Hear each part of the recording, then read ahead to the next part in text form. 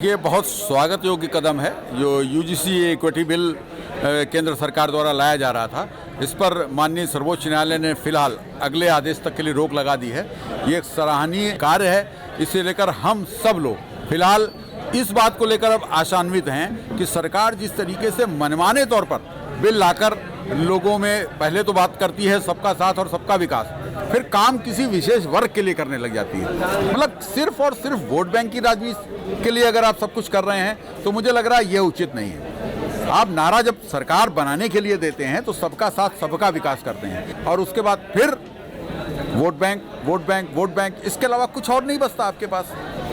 तो निसंदेह जिन लोगों ने भी इस मामले को प्लीड किया ऑनरेबल सुप्रीम कोर्ट के सामने, और ऑनरेबल सुप्रीम कोर्ट ने इस बात की गंभीरता को समझते हुए जिस तरीके से इसके ऑपरेशन पर रोक लगा दी है वो बहुत ही सराहनीय कार्य है। हम सुप्रीम कोर्ट की बिल्कुल इसमें खुलकर प्रशंसा करते हैं और सरकार को फिलहाल हम ये कहना चाहेंगे कि सरकार नसीहत ले कि ऑनरेबल सुप्रीम कोर्ट, देश की जनता, सर्वोच्च न्यायालय तो एक अदालत है, देश की सबसे बड़ी मान्य अदालत है, लेकिन एक और सबसे बड़ी अदालत है जनता की अदालत। उसमें आपको जाना है, उस जनता की अदालत में आपको जाना है और आप इस तरीके के काम कर रहे हैं। नारे देते सबका साथ सबका विकास और उसके बाद आते हैं इस तरीके की बात करने लग जाते हैं कि हमको ये बनाना है, इस वर्ग पर फोकस करना है, इस वर्ग पर फोकस करना है।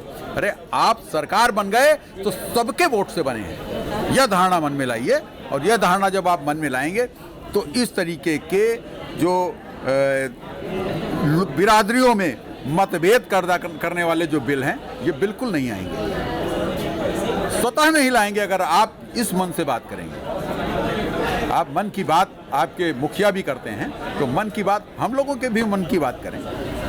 खैर, सर्वोच्च न्यायालय ने हम लोगों के मन की बात को, हमारे लोगों के मन की भावनाओं को समझते हुए स्टे लगाया है। बहुत बहुत साधुवाद, बहुत बहुत धन्यवाद ऑनरेबल सुप्रीम कोर्ट। अब सरकार गलत करेगी तो सुप्रीम कोर्ट तो सही करबे करेगी। बहुत अच्छा किया उन्होंने। और इसमें देखिए, विरोध इसका नहीं है कि वो कमेटी बनाई गई, विरोध इसका है कि जिस तरह से कमेटी बनाई गई वो गलत है। आप पूरे समाज को, पूरे सवर्णों को दोषी थोड़ी सजा ठहरा सकते हैं। और शोषण सबका होता है। अगर वो संख्या में ज़्यादा होते हैं तो शोषण इधर का होता है, इधर वाले तो शोषण जो करते थे वो करते थे, अब तो बंद हो गया। और दूसरी बात ये है कि हरिजन एक्ट तो चल ही रहा है, आप कार्रवाई तो कर ही सकते हैं। सुप्रीम कोर्ट का इस निर्णय का हम लोग समर्थन करते हैं, उसका शुक्रिया अदा करते हैं कि जो भी आगे देख के जो भी उचित होगा, मुझे विश्वास है कि सुप्रीम कोर्ट इस पर बहुत अच्छा सा दिशा निर्देश जारी करेंगे। और